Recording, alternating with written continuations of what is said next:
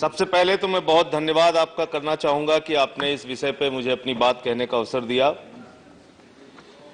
आज मुझे वो दृश्य याद आ रहा है मान्यवर कि जब भी ये सरकार कोई फैसला करती है उसका प्रचार इतने जोर शोर के साथ किया जाता है, ऐसा मालूम पड़ता है कि दीपावली का पर्व आ गया। और ये हम लोगों ने कई बार देखा है मान्यवर। नोटबंदी का जब फैसला किया गया पूरे देश में जश्न मनवाया गया, कहा गया काला धन खत्म हो जाएगा, आतंकवाद खत्म हो जाएगा, जाली नोट खत्म हो जाएगा। उसका परिणाम क्या हो गया? 100 लोगों ने अपनी जिंदगियां लाइन में लग के खत्म की। काला धन तो नहीं खत्म हुआ, जाली नोट भी खत्म नहीं हुआ, देश के अंदर 100 जिंदगियां लाइन में लग के खत्म हो गई और 99.3% पैसा बैंकों में वापस आ गया। यानी नोटबंदी की योजना आपकी एक फेल योजना थी, लेकिन उसका भी जश्न आपने मनवाया। आप जीएसटी लेकर आए, आधी रात में आजादी देने लगे हिंदुस्तान के लोगों को। और बड़ी विचित्र सरकार है मान्यवर कि टैक्स बढ़ाने का भी जश्न मनवा दिया इस पूरे देश में। बोलो जश्न मनाओ, 5% से 28% आपका टैक्स हो रहा है, उसका भी जश्न मनवा दिया। आज उसी प्रकार का दृश्य यहां पर देखने को मिल रहा है कि इस आरक्षण के तहत आपने गरीब सवर्णों को धोखा देने का काम किया है और उसके बाद भी पूरे देश में जश्न मनवा रहे हैं कि जश्न मनाओ सवर्णों, हम आपको आरक्षण दे रहे हैं। मैं बड़ी विनम्रता पूर्वक सरकार से पूछना चाहता हूं और यह कहना चाहता हूं पूरी जिम्मेदारी के साथ, मानवर भारत की राजधानी तो दिल्ली है, लेकिन भारतीय जनता पार्टी की राजधानी कहां है पूरा देश जानता है।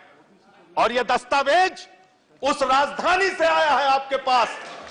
और वो राजधानी जो है आपकी, उस राजधानी में जो प्रमुख बैठते हैं वो प्रमुख दलितों के विरोधी हैं, वो प्रमुख पिछड़ों के विरोधी हैं। और उसी प्रमुख ने बिहार के चुनाव में कहा था दलितों और पिछड़ों का आरक्षण इस देश के अंदर खत्म होना चाहिए, खत्म होना चाहिए। मानवर यह तरीका ठीक नहीं है, यह तरीका ठीक नहीं है, यह तरीका ठीक नहीं है। आप अपनी बात कहें, मुझे अपनी बात कहने दीजिए, मुझे अपनी बात कहने दीजिए। बात कहें समझ तो मैं दूसरे स्पीकर को बुलाऊंगा, प्लीज अपनी बात कहें। आप लोग बैठे, ये नागपुर के प्रमुख, कृपया अपनी जगह ले, दलितों और पिछड़ों का आरक्षण कृपया अपनी जगह ले। राकेश जी कृपया अपनी जगह के साथ ये बिल लेकर आया गया है। ये बिल उसकी शुरुआत है मान्यवर। और मैं पूछना चाहता हूं, नागपुर में जो प्रमुख बैठते हैं 90 साल से वो संस्था 90 साल से काम कर रही है। ऐसे अगर चिल्लाएंगे सर ये ठीक नहीं है। आप बैठे, अपनी बात करें संजय जी, आप बैठे प्लीज। तो एक स्पीकर को नहीं बोलने दूंगा। एग्जामिन होगा, कोई अगर गलत बात होगी तो रिकॉर्ड से निकालिए प्लीज। 90 साल से जो नागपुर इनकी राजधानी है, उस नागपुर की राजधानी में 90 साल से एक भी प्रमुख दलित और पिछड़ा नहीं बैठा है। यह इनकी मानसिकता है मानवर। दलितों के, पिछड़ों के विरोधी ये लोग हैं। इस व्यवस्था के साथ ये बिल लाया गया है। और मैं आपसे पूछना चाहता हूं, आपने 8 लाख की सीमा तय कर दी, 8 लाख की सीमा तय कर दी मानवर। मैं पूछना चाहता हूं 8 लाख की सीमा में, राकेश जी आप बैठे, कृपया बैठे। जिस दिन से आम आदमी पार्टी आई है सब मिलकर विरोध करते हैं। ये नया तरीका अपने लिए। आप अपनी बात कहें संजय जी। एक भी स्पीकर फिर नहीं बोलने पाएगा मानवर उधर से। ये तरीका ठीक नहीं। आपके पास 1 मिनट है, 10-10 मिनट लोगों ने बोला। आपके पास 1 मिनट है, मैं आगे स्पीकर पे चला जाऊंगा। संजय जी मैं पूरा आपको कह रहा हूं, प्लीज कंक्लूड प्लीज। आप अपनी बात कहें।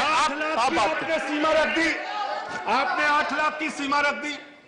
8 लाख की सीमा में लगभग 95% सवर्ण कवर हो जाएंगे। 8 लाख की सीमा के ऊपर 5। आपका समय खत्म हो गया, जल्द कंक्लूड करें आप, जल्द कंक्लूड करें। बोला सर, आप बोलते रहे, मैं आपसे कह रहा हूं कि आपकी बात ही रिकॉर्ड पे जा रही है। मैं आपसे आग्रह कर रहा हूं, अदरवाइज दूसरे वक्ता को मैं बुलाऊंगा। आप प्लीज कंक्लूड करें। 5% जो सवर्ण है मानवर, वो 8 लाख से ऊपर की आमदनी के हैं। तो 95% सवर्णों को आपने दे दिया 10% आरक्षण। और 5% यानी अमीर जो सवर्ण है, जो आपके मित्रों की सूची में आते हैं, उनको आपने दे दिया 40% जनरल कैटेगरी का कोटा कि आप उसमें आरक्षण लीजिए। ये कैसी विसंगति है मान्यवर?